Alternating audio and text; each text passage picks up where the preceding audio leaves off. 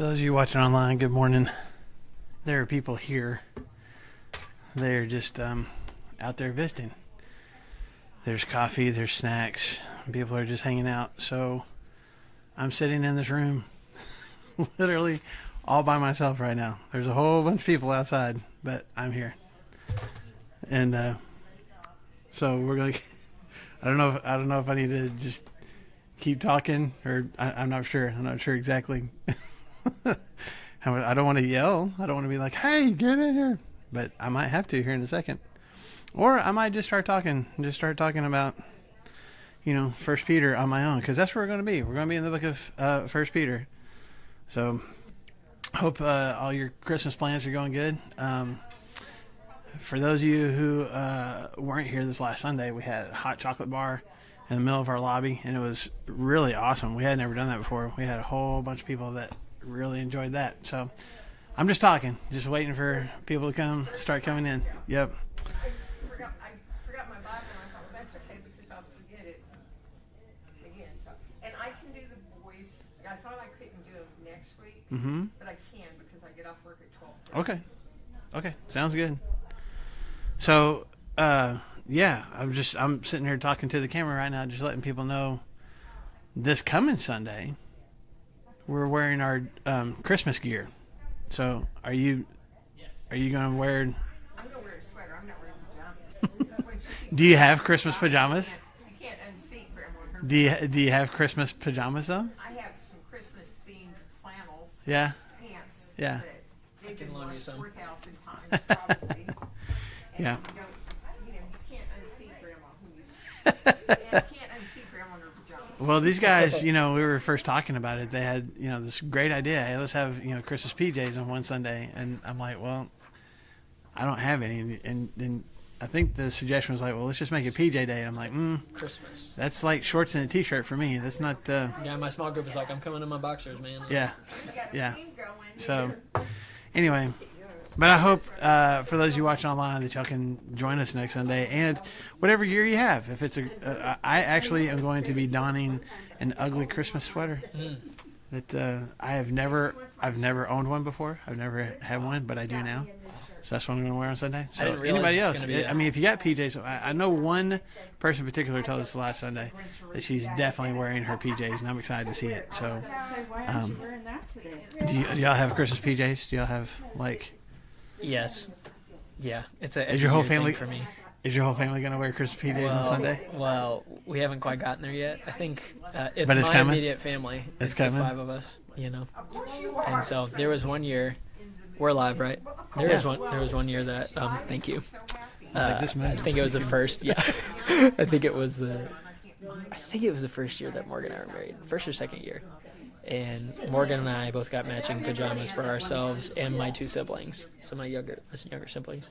And it was a onesie, like a, Yeah. So it Yeah, was yeah. really cute. Apparently, it was red with snowflakes Yeah. all over it, but Yeah. it had a bum flap. Yeah, like the Like, old like school. long johns Yeah. and stuff. Yeah. But so on Christmas night, we're with like my conservative grandparents and stuff like that, and we're just like, and it's like a little too tight for Yeah. me. Like Yeah. it was not a good look. Yeah.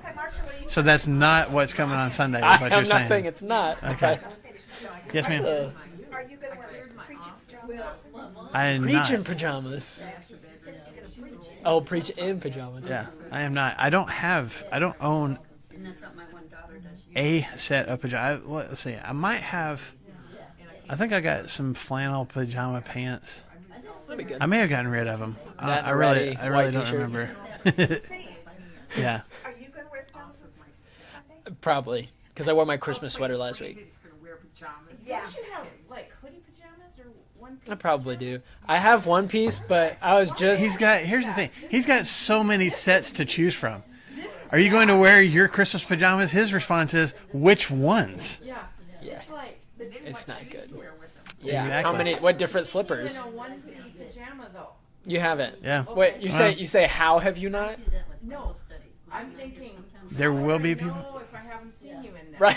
And it's like, must have been some other costume. Yeah.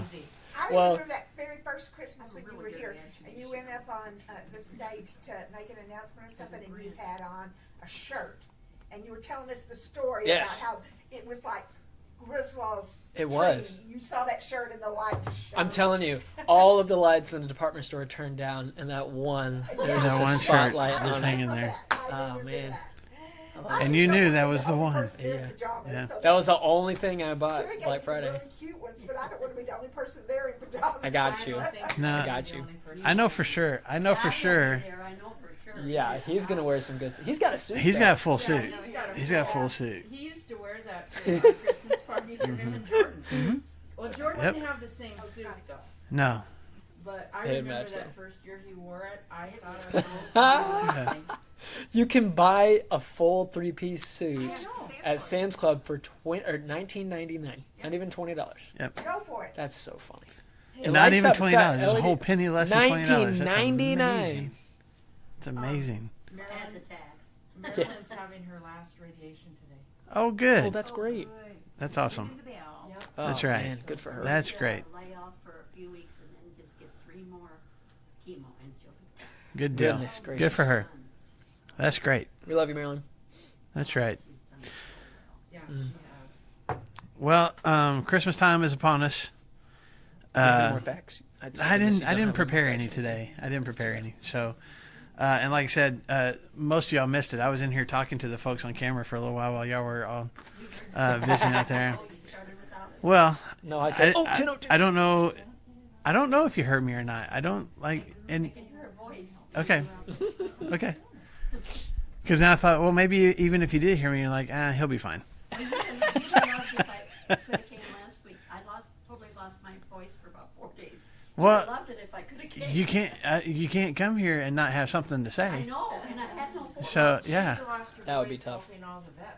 Yeah. is that right? Okay. It just Okay. totally, because, I mean, Yeah, she had nothing no, by the no, time she was I- going home. I tried to answer my phone, So- and people would hang up thinking they were missed out. I kind of thought maybe she caught something from that guy I saw her hugging on. Which one? Oh my Oh. goodness. Okay. What is It's getting happening scandalous in here.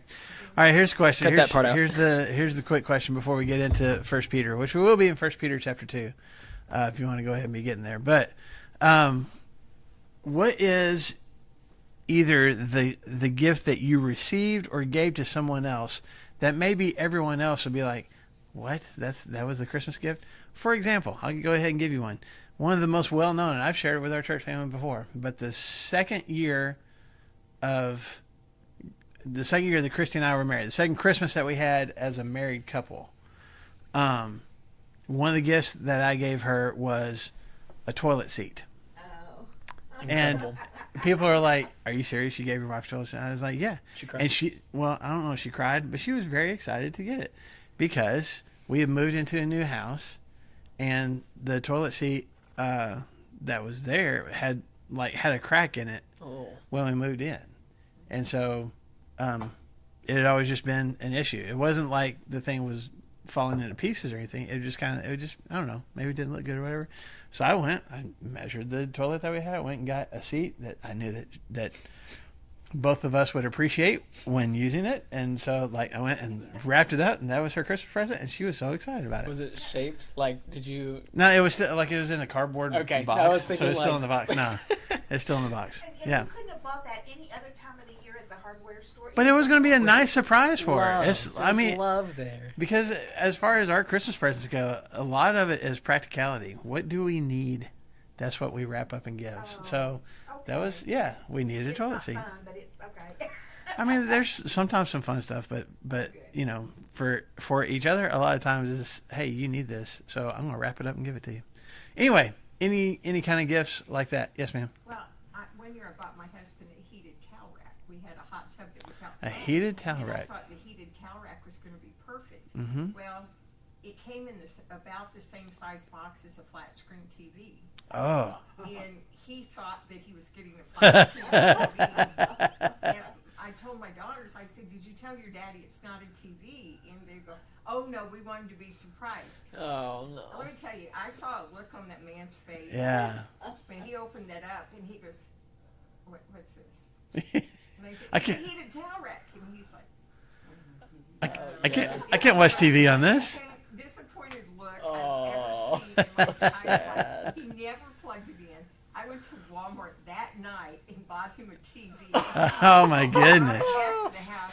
How And for funny. his birthday, I bought him a TV for another room just to make up for that because there was a look of disappointment. Okay, but here's the question. I never wanted to see again. Did the towel rack? I mean, did you use it? Was it? Oh, well. No, All he right. wouldn't use it. He gave it to one of the kids. He gifted it the same day. How funny. Like that, Same you day. can just have it. Oh my goodness. How man. funny. I had to special order it, so I couldn't take Yeah. it back. Yeah. But I thought that was about the coolest thing because he was always complaining getting out of the hot tub that the towels were cold, and I thought a Yeah. towel rack would be perfect. I thought it was a great gift. It sounds like a great gift, It was not. even now, but apparently Well, not. it was a great Okay. gift. He just didn't appreciate The it. That's right right. Yes. That's right. And I never ever wanted Aw. to see it again. Yes, we have witnessed that with our boys. Sometimes with gifts from not immediate family members, but people, and you know, like You got to play the you part. don't necessarily coach them. I don't know how they pick it up, but you know that. Oh, this is Yeah. great, and you're just like, yeah, For birthday yeah, parties. yeah. yeah. birthday Anyway, parties, My Christmas, husband anytime. one time. I'm excited to hear this, Sherry. What's it gonna be? My husband, it was heavy, really, really heavy. Uh-huh. And I'd lift it and move it and everything and what have. Come Christmas, I unwrapped it. It was a brick because he'd forgotten to give me a birthday card in November. He wrapped a brick with a birthday card on it. Oh, okay. I was thinking just brick. Yeah, I mean, think it was something great. Yeah, yeah, I was all excited. yeah. Here's this dumb birthday He gave card. you a card with a brick. President. Yeah, it was a Christmas present. So your Christmas present was a brick with a late birthday card. Yeah. Merry Christmas. And then one time I I went feel out jolly. to buy my Christmas gift. Went Uh-huh. out to buy it, and he came back, and he had this brand new cowboy hat on, and I go, whoa, wow. He said, yeah, I found this, and I wanted one, and I knew you wouldn't buy me one. So he bought one for himself. Thank you. Merry Christmas. Okay, Thank you. okay, her stories match your commode top. Yes. Yeah. Yeah. Yeah, toilet seat, whatever. I'm telling you, if you go ask Christy, hey, Marshall said one year he got you a toilet seat. How, you know, she will say, it was great. I was glad to have it. It's not the only Fond thing I memories. gave her. I gave her Oh, a couple of other things. Oh, okay. Okay, that's fine. That Lou's makes it a like, little man, bit- that makes it Marshall. a little better. That's funny. Anyway, Like giving her a vacuum cleaner for Christmas. shh. I asked for Don't I was don't saying, spoil the surprise. My wife would love that. The vacuum cleaner. Yeah. Practical. My Yeah. husband Yeah. said, you know, like, Yeah. Well, and then, one then year. the list came out and stuff and said, do not get, you know, appliances or that kind of stuff for Mhm. your spouse. And it's like, why? I mean, I put stuff like that on my Yeah. Christmas list all the time. For sure.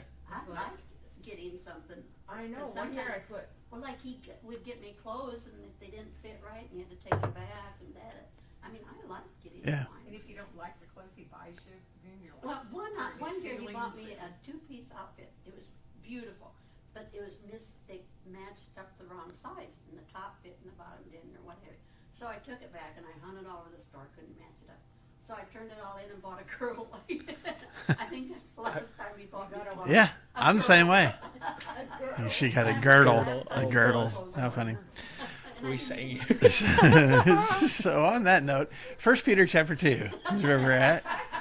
Chose a special people. Yes. Oh my goodness. So we talked about this last week, and Brandon really did a great job leading us into this. I'm going to let him pick up where he left off, and just recognizing in this first section, verses 1 through about 11 or 12, there's these different analogies, and you were going through. I don't know if we got through all of them, but in this section of 1 Peter, Peter compares us as Jesus followers to babies, to stones, to like a The word nation, of- a chosen people. The word of God is a seed. Yeah, and what was aliens and strangers. So there's like 4 different things that Peter goes, here's what you are. And it's not like he disagrees with himself. It's just like, here's what you are, but here's also what you are, but here's also what you are, and here's also what you are.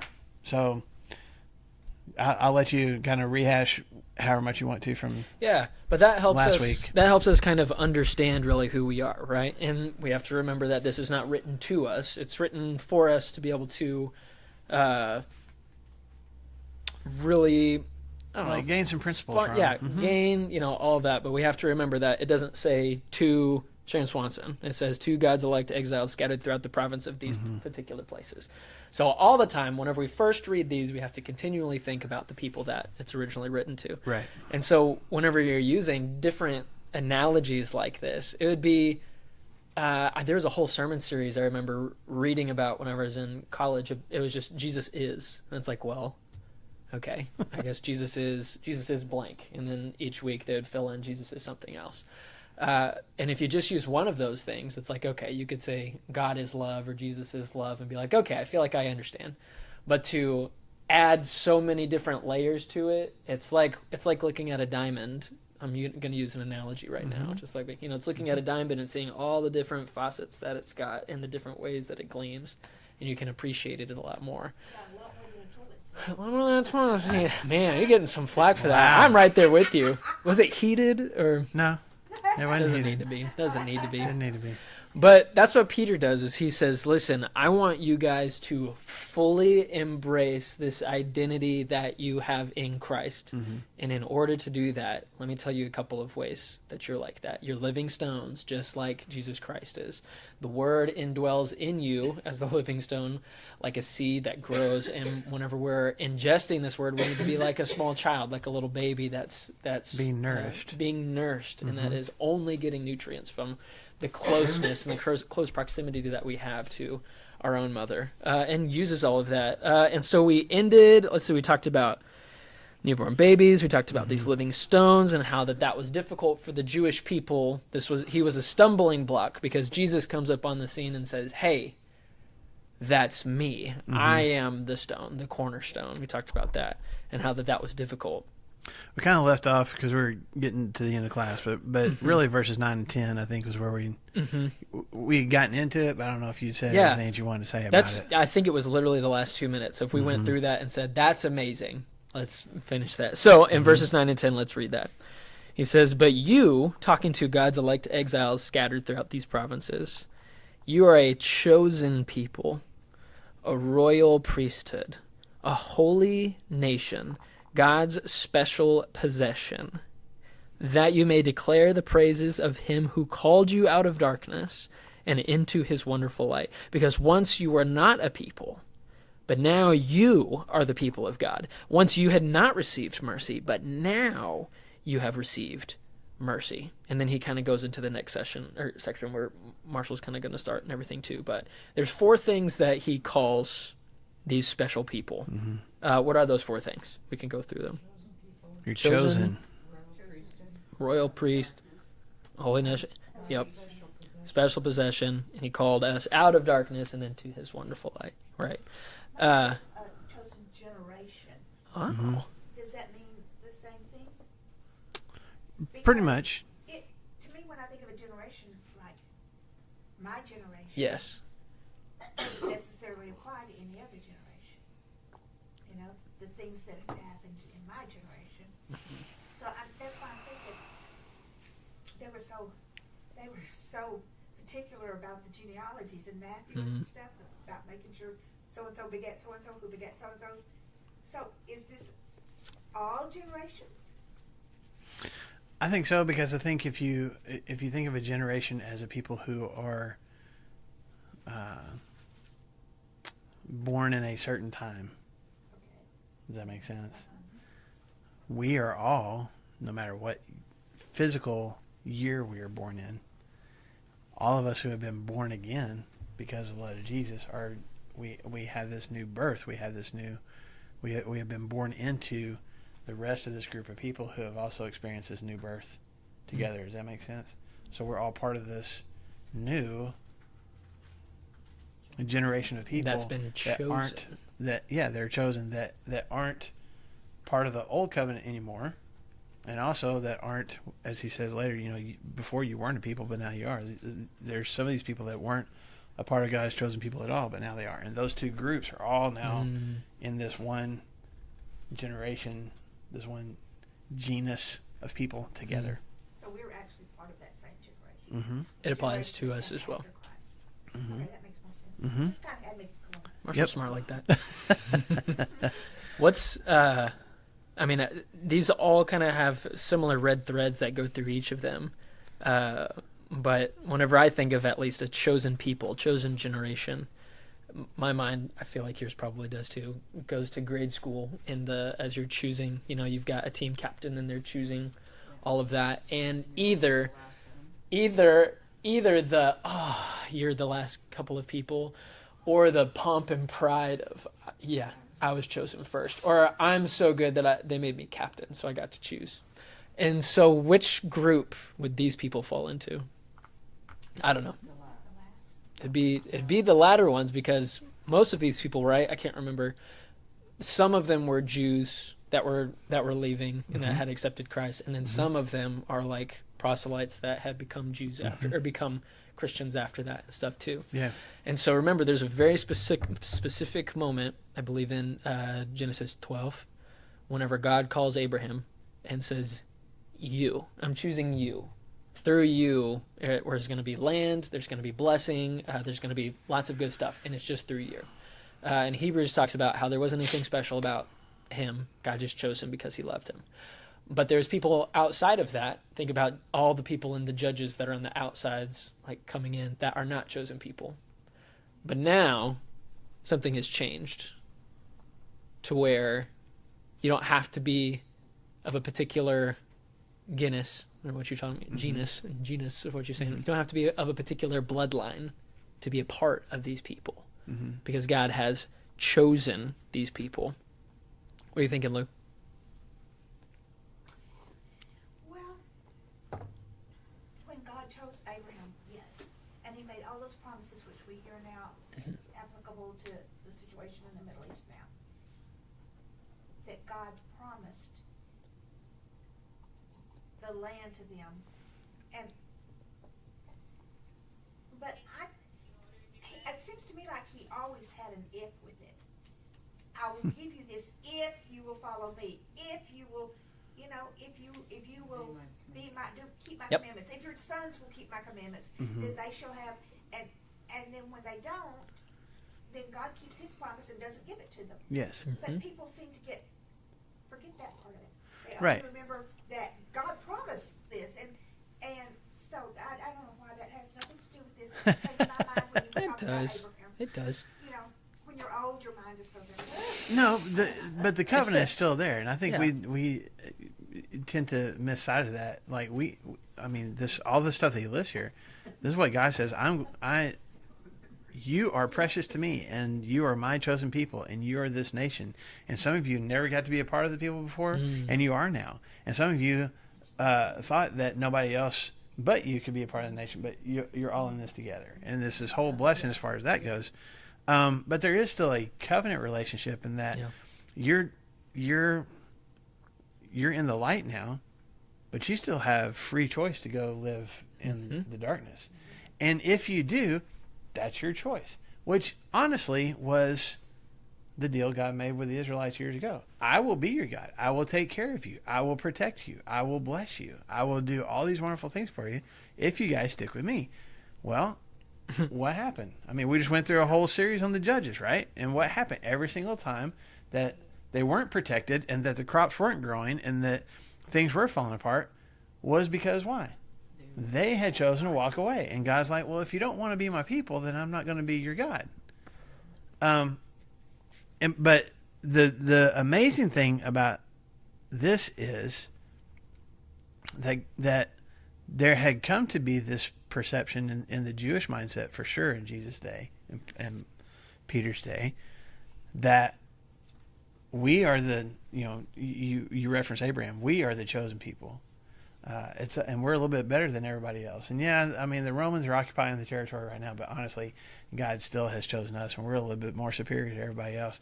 And which you can be chosen and feel that without lording it over people like the Pharisees did. Yeah, exactly. But even Peter, as he's talking to these folks, he's like, for those who thought, well, maybe we're not chosen anymore because the Romans had taken over. Maybe God's not keeping his promises because we're not part of the chosen people. No, you still are. Not only you guys, these Gentiles that you're living with that have also bought into this new faith, they're part of it too. You're all in this together. And God looks at them and at you and says, those are my kids. I'm so proud to call those people my people. And that has continued through generations. That's who we are now. We can become kind of arrogant and think, well, God loves us American Christians more than anybody else. We're God's chosen people. Look how He's blessed our country, and look how He's blessed our churches, but God looks at people in India and Africa and other places just the same as He does us, and says, "Those are my kids. I'm so proud to call them mine." Yeah. And I think it's an encouraging thing that Peter is trying to say here, but I think it's also challenging for us, not just be encouraged by that, but to view each other through those eyes as well. Because we can look at a lot of people and go, okay, well, I'm a little more chosen than you are. And we may not articulate it that way, but we feel that way. That's what the disciples did whenever For sure. that one guy was exorcising demons. And they're like, hey, he's not a part of our club. Yeah. We are literally more chosen than he is. Yeah. And Jesus is like, He's doing good stuff. yeah, just let Leave him him go, alone. man. Yeah. Let him go. See, I love the way Marshall can just, any random thing I say, he can bring it back in our life. Beautiful. We need to just have you guys sitting up there in the pulpit at some point. But yeah, let's walk through this. It's a chosen. I mean, I'm thinking about the way I'm going to tell Raina and Remy for the rest of their lives. Like, yeah, we didn't have a choice in Thaden. Like, I mean, we did have a choice. We're going to get what we get with that kid, and he's going to be our biological, son. But with you guys, like, we knew you, every part about you that we possibly could. And we said, I want that. And I want you guys to be. And now they've been grafted onto our family tree. And that's something that I hope that they hold in high esteem. And I think that that's what Peter's trying to share with them as well. You didn't do anything to deserve this chosenness, and yet you are. And he doubles down on that too. You're a royal priesthood, which is a very intense word, like a couple of words. Because, kind of like with the chosen stuff, you couldn't... Not everybody was allowed to be a priest. Yeah, you had to be a part of a particular lineage. God made exceptions and stuff. We learned in Judges a little bit more. But you had to be part of a particular lineage. And not only that, to be like at the high priest, and not only a royal priesthood. Like, this is a... think about... I don't know. Put on the purple robes. Yeah, but it's like... I don't know. I'm trying to think of a good analogy. There's nothing better than that. Yeah. Here is God, and His attendants, the people that are closest to Him, that have proximity with Him, that carry out His will, both in His realm and in the realm of the earth. Like, that's what we have been chosen to be a part of. Mm-hmm. And so we didn't have to write a job description. And God said, "Well, I'll only let Brendan and Marshall be pastors because they." Went to school for it and stuff like that. Each of us are royal priests in our own right, the right that God's given us to, which is so cool because I remember Marshall and I have talked, like, it's easy for it's easy for Marshall and I to get up on stage and talk about Jesus because by and large we're talking about Jesus to people that know Jesus and love Jesus, but you also want to talk about Jesus to people that don't as well. But our immediate influence in the bubble that we're a part of is Christian people, whereas each of you in each of your own lives and in the lives of the congregation go out and are royal priests in the places that they work and in their families and in the sports teams of their kids and all of that too. And so in a way, the congregation is in the front lines and those kinds of things, as equally as important as and impactful as somebody that gets on stage and stuff too. And I think that's really important for these people to know. For sure. And he doubles down again by saying you're a holy nation. This is something that it's, I think, connected to both of those other things. We're sacred, we're consecrated, set apart, something that is different as a people group, God's special possession. And I think that's why Marshall opened up with this gift that we appreciate that other people be like, what? Morgan and I were playing a game with the Jacksons one time, and it was like they ask Morgan a question, and I try and guess Morgan's answer and write it on a thing, and then you show it and everything. And one question that was asked to Morgan was like, if the house is burning down and Brandon has to pick one thing that's not a kid or a dog or something like that, what's Brandon picking? And she wrote it down on there. And then I said my answer, and she showed hers, and it was the Fossil watch. It's just a $110 watch or something that my grandmother gave me. And I don't have a lot of special possessions or anything like that, but the house is burning down. I'm going to get that one. Morgan knows it, and I know it too, because it's something that my grandmother gave me before she passed away. And I treasure it, and I keep it in a safe place and wear it on special occasions and those kinds of things. But that's what Peter's doubling down on here too, is that's the way that God views us too, of like, that Mariette, man, I could just talk forever about her. I could think forever about her. I could personally, but this is God speaking, right? But that's the cool thing, is that even if we feel that we may not be that special, or that we may not have that, that's the way that God views us. And I think if we were to really internalize the way that God views it, just in these 4 ways, it would revolutionize the way that we just live our lives. But think about also, I could harp on this for the rest of our class time. For sure. Think about who's writing those words. I mean, Peter has run the gambit of feeling like a special possession and the prized, the chosen one, compared to Jesus. I mean, he's got this special nickname of the Rock. He got to witness some of the miracles that nobody else did. And at the same time, Peter has also felt completely distant because of his own failures. And in his own mind would probably think, I wouldn't choose me anymore. I was chosen and I screwed it up. I walked away from it. And God still looks at me. And there's other people that had written me off. I'd written myself off, quite possibly. And God still looks at me and says, you're a special possession of mine. You're prized. You're highly valued. I think that's part of, maybe that's reading too much in the text, but I feel like I want to think about who it is that's penning these words too. And when he says, you guys are a special possession of God, a prized possession of God, you're this holy, sacred thing. He's going, man, and I am too. And I got no reason to be, except that he made me that way. And desperately wanting his audience to sense that as well, and wanting us to sense that as well. I mean, it's a powerful thing. It's a really powerful verse. Marshall and I were talking about earlier of Peter's a pretty simple dude, just a fisherman, ordinary, just like us. But these kinds of words, you're like, I think he learned something from Jesus, something deeply internalized that he wants to share with the rest of us. Yes, for sure. Yes. Paul was always perfect. Even when he was killing Christians, he was perfect in the eyes of the Jewish people that were sending him out. Yeah. Yes. And he comes across that way sometimes, Paul does. And yet, there's, if you pay attention, there's times where Paul is like, man, I'm such a failure. I'm such a failure. I know when he So, says things like that. But in the eyes of everybody else, Yes. he always yeah, seems so you're right. Yeah. You're right. Let's go. Do verses 11 and 12 so we can keep going, unless you had something else you want to say about these. No. We said it last time in verse 10. At the end of verse 9, hey, you've been called out of darkness and into his wonderful light. Mm-hmm. And so that's what these words, that's what this identity does for us, is for us to realize, I'm not broken and trash, thrown away, re-gifted that same day, just like Sharon said. Which is also what Paul says in Ephesians chapter 5.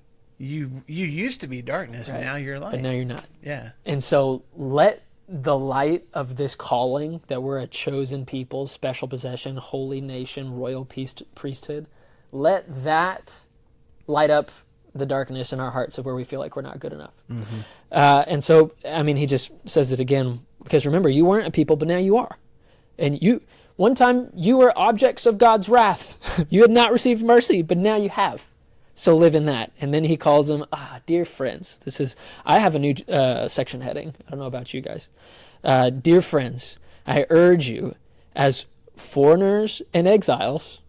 It's interesting that he would say foreigners and exiles right after calling them a holy nation, a royal priesthood, special possession, chosen people.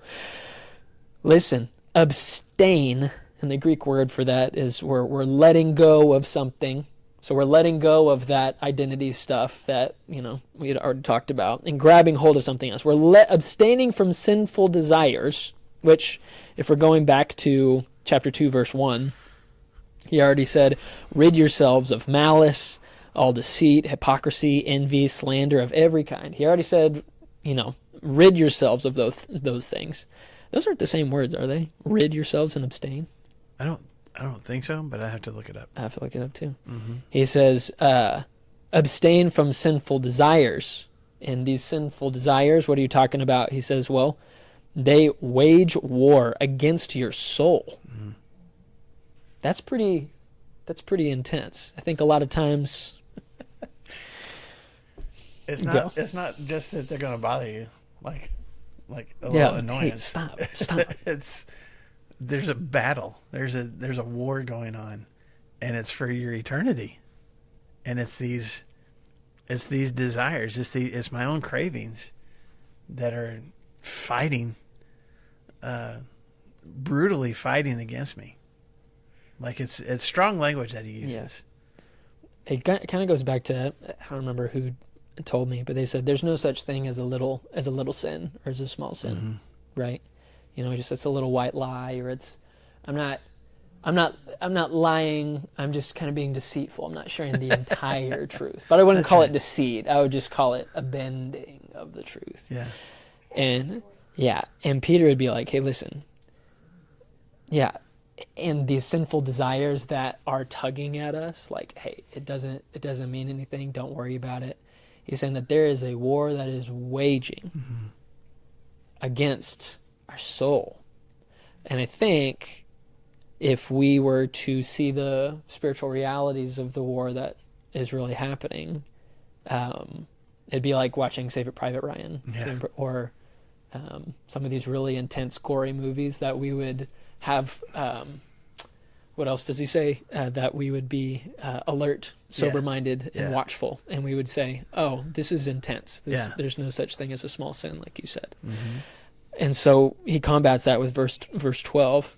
So live such good lives among the pagans, the people that don't know and don't believe, so that even though they accuse you of doing wrong, they may see your good deeds and glorify God on the day that he visits us. This says Gentiles, Mm-hmm. pagans. Mine says Gentiles. Mm-hmm. Yeah. It's well, he's talking to, he calls them the scattered tribes or whatever. So he's talking to people from a predominantly Jewish background, although there are Gentiles who have obviously become a part of this holy nation as well. But that's a common, it's the Greek word, that just means, it can mean Gentile, it can mean outsiders. Foreigner. It's just the word that is used by Paul, by Peter. I think Luke uses it to just talk about people who are kind of on the outside. Here's the group. The not chosen. Here's the nation. And then here's the folks on the outside of it. So it's not just non-Jews that he's talking about. He's talking about, because he just went through this whole paragraph of this nation that we're a part of. And so he's like, now, you're living in this nation, but you're surrounded by people who aren't part of the nation that you're a part of. So, which is like us. Yeah. So live your life accordingly. Now, this also, because he says that what might these people who are not fellow believers, what might they do? What does he say here in verse 12, though, specifically? And then your good works glorify God. But Because before, why? Oh, you say you're evil doer. Yeah. Okay, they're going to accuse you of doing wrong. So again, we talked about this at the beginning of our study of 1 Peter, but I want to remind you of it. Are these Christians that he's writing to experiencing persecution? Mm-hmm. Yes. But we assume, or at least I assume, I shouldn't say we, I assume. Scholars. Well, it kind of depends on the scholars too. Yeah. But that we're just on the cusp of Christianity becoming this empire-wide. There's going to start this empire-wide persecution of Christians. To this point, and I think even kind of including this, it's either been local or it's been Jewish persecution. It's been the Jews who have been causing problems and arresting people and causing problems for their fellow Jews who have now become Christians for the most part. Although we see, I mean, there were riots started in Ephesus because of Paul. There's, in Philippi, there's another riot that started there. So there's persecution that Gentiles have brought against these as well. But we're just starting to get into this becoming more prevalent, but in local communities. Nero at this point hasn't said, let's kill all Christians in the whole empire. He's probably started saying that about the city of Rome itself, but not empire-wide. Does that make sense? So you get a hint here. Peter's already talked about you guys are enduring hardship. That was in chapter 1. And you are going through hardship, and you're going to keep going through it, but that's going to prove that your faith is genuine. Y'all remember us talking about that? Here's another just kind of glimpse of the hardship that they're experiencing. It's not poverty. It's not famine. It's persecution. But specifically, what kind of persecution are they experiencing? They're being accused of wrongdoing. So they're being accused of not being good citizens. They're being accused of being in a cult. They're being accused of being, having this underground movement that is opposed to, local government and local, officials. They're being accused of those things, and it's causing problems. They're losing business. They're being arrested. They're being harassed because of these false accusations. So what does Peter say? How do you deal with that? What does he say there in verse 12? You gotta live such good lives. Okay, yeah, live honorable, live good lives, live lives that don't give people any ammo. Don't give them anything to talk about. Exactly. Don't support what they are gossiping about you. Live a good life so that even if they accuse you of doing wrong, which means what? They're going to accuse you of doing wrong. When they do, what's going to happen? All they can see is good works. They're going to end up flipping. Yeah. They're going to end up going, everything that I'm saying is not true. As a matter of fact, I might want to give my life to this too. Which, at least for me, I'm bringing this into 2024 or 2025 here. Oh my. That seems so impossible. It seems like how could I live such a good life that the people that accuse me of doing wrong because of the good deeds I'm trying to do in Christ Jesus would look at that and then turn inwardly. But that's the work of the Holy Spirit. That's the work of God today. And so I like how he just ties it together of saying, listen, we're not even just abstaining just to protect our own souls, even though they are waging against our souls. Whenever we abstain from those things, let go of those things, and live good lives, it's at the benefit of other people that don't have Christ. That's why we do those things. Yeah.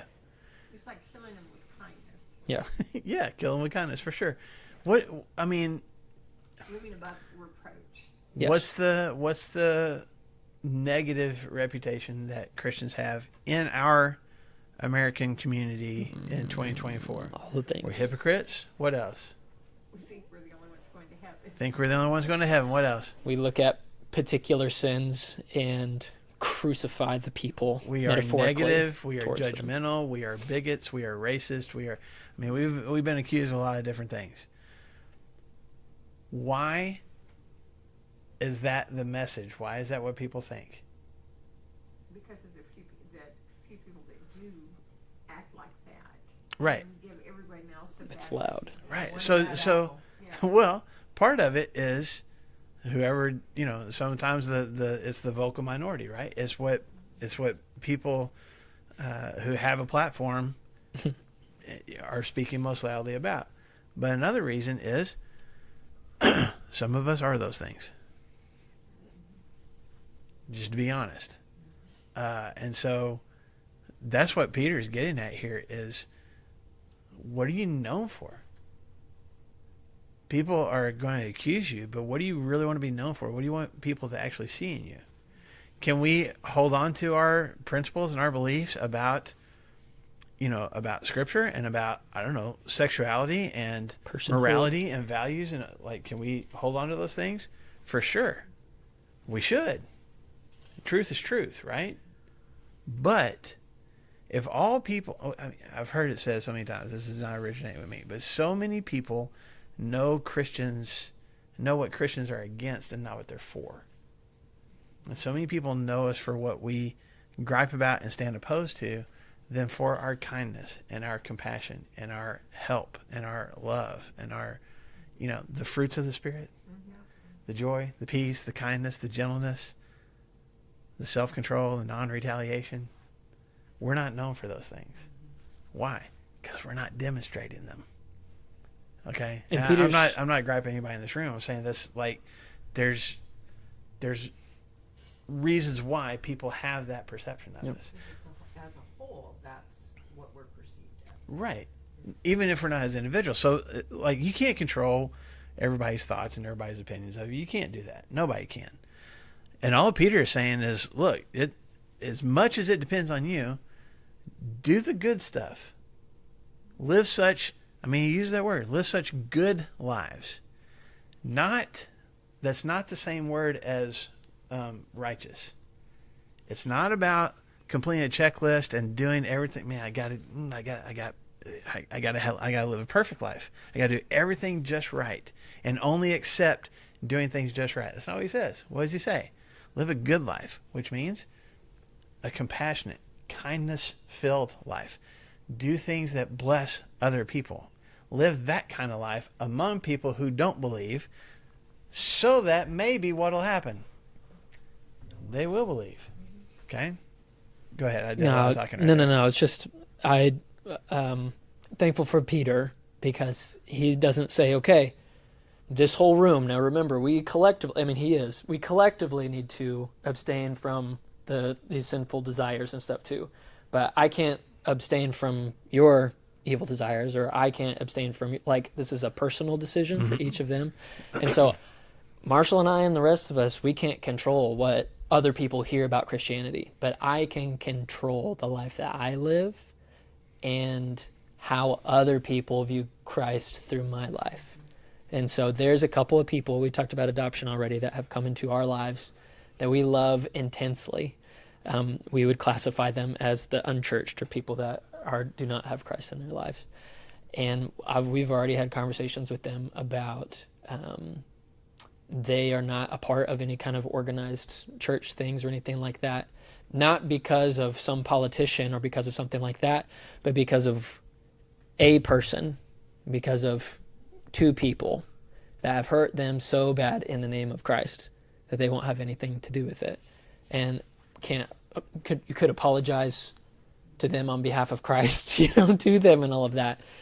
But then the goal that Morgan and I have is that we're going to live a good life, and we're going to abstain from these things, so that through Christ's good wisdom, they may see our good deeds and not say, man, Brennan and Morgan are so cool, but they say, man, God is so good.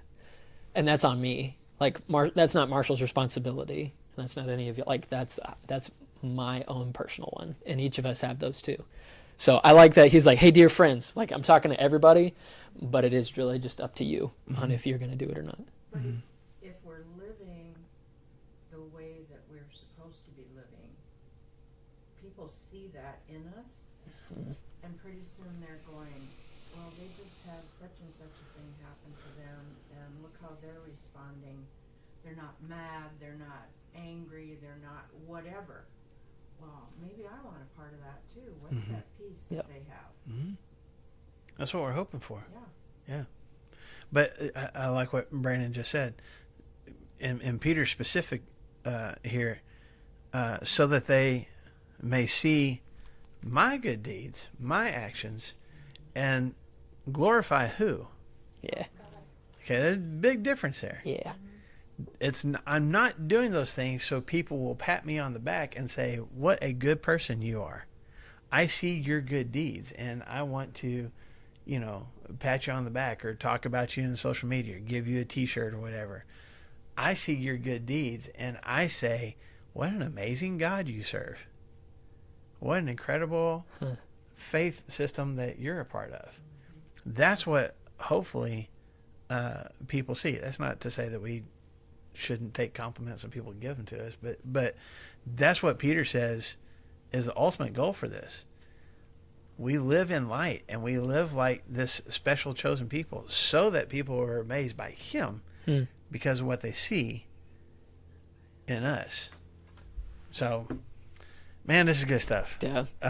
Anything else? I looked at the thing. It was like we were supposed to go through that. Yeah, relatively real quick. But it's Yeah. such good stuff, though. Yeah. So let me go ahead and get us. You go ahead. Go ahead. There's something else you wanted to say. No, there's a Christian poet, and his name is Christian Burgess, and he does sermons and stuff like that, and he is a Christian artist and stuff like that too. So he goes and sings and stuff. But he was like, man, if I go on that stage and I preach to thousands of people and stuff like that, and they remember me instead of the message, then I am not being a good steward of my own life. I was like, ooh, okay, yeah, no, that's true. So that's our responsibility too, for each of us, that in the message that we preach to them, do they remember that we are good people or that we have a good God? And those are two different. They're similar, but they're two different things. Yeah, so for sure. Anyway, for sure. So I'm gonna give us a leaping off point for next week, okay? Because I think if you look at this, the way that I'm choosing to read it, he gets this whole, this nation, this chosen people analogy, and says, here's who you are and here's how you need to live. And so it would almost, if I'm reading through Peter's letter for the first time and I'm in the situation that they're in, then I'm like, well, if I'm part of a chosen nation, I'm God's special possession, that gives me special rights and privileges. yes, And it does in a way, but it's almost like, well, I'm a part of this separate nation, and I don't really have to pay attention to the physical nation that I'm living in because my citizenship is elsewhere. And before you're allowed to do that, he starts going, now, live your life as this holy people in the middle of these unholy nations, if I can use those words. But do that in a good way. Do it in a way that they like being around you, and they like experiencing whatever actions you demonstrate. Let me give you an example. yes, please. Verse 13. Submit yourselves, for the Lord's sake, to every authority instituted among men, whether to the king as the supreme authority, verse 14, or to governors who are sent by him to punish those who do wrong and to commend those who do right. Hold on. I'm part of this holy nation. And it's the governors and the authorities, it's the people in these authoritative positions that are causing me problems. And they're not godly. So I don't have to obey them because I obey God. I'm a part of his nation, and I don't have to do what they say, which I'll remind you is what some of the people in these cities and territories that they're living in were accusing them of. These are rebels.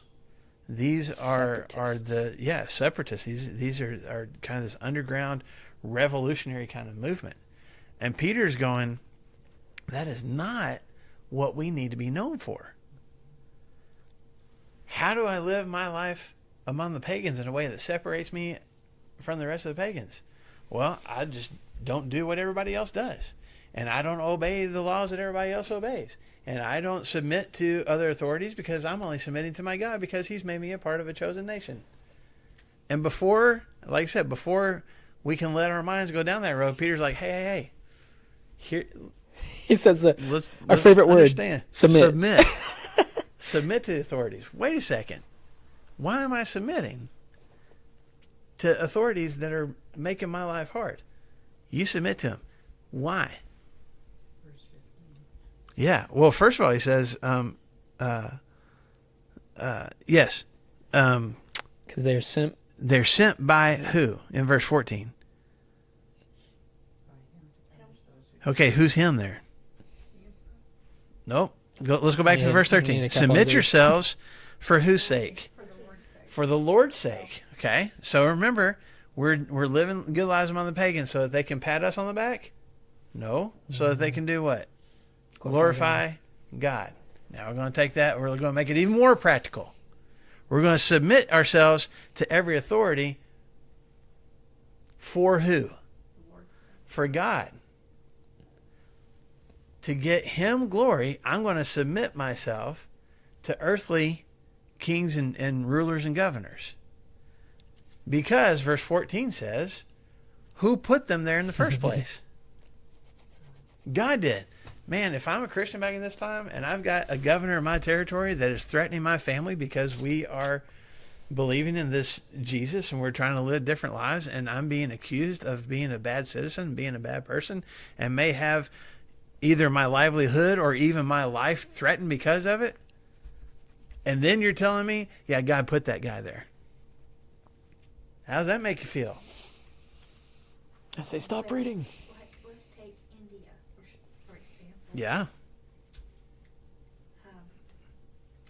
Okay, the law in India has a specific God you're supposed to worship, or religion.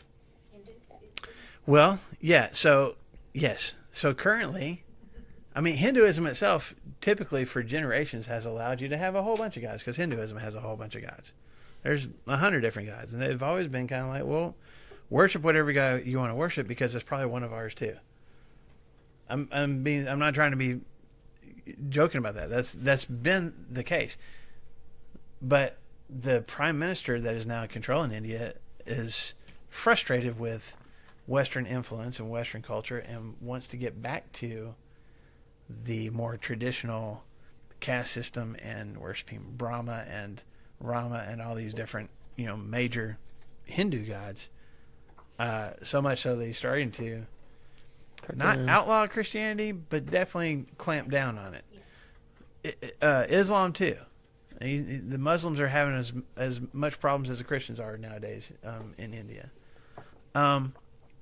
Yeah. So if you're a Christian in India, and Peter says, yeah, God put that guy in that position. God did that. That's what Peter's saying. There's part of me is like, well, I don't want to believe that, or I don't know if God knows what he's doing, because that's not a good guy. Yeah. And I think that's how these people would initially have felt. Why would God put that person in charge when he knows what their heart is, and he knows what a bad leader they are, and he knows all the problems that they cause for God's people? Why would he let them be there? Well, let's talk more about that next Tuesday. You're so big. No, we are. That's Close your Bibles. Let's pray. That's going to be our pods. That's what we're going to pick up next week. I understand what you're saying about them. That's why I brought in India. Uh-huh. Because I'm talking about now, not then, but now. Yeah. The people that live in India that are being persecuted. Yes. Mm-hmm. Okay, they're following a government that is not Jehovah's. Mm-hmm. They can't be expected to follow that leader when he issues edicts like worship this God or worship that God.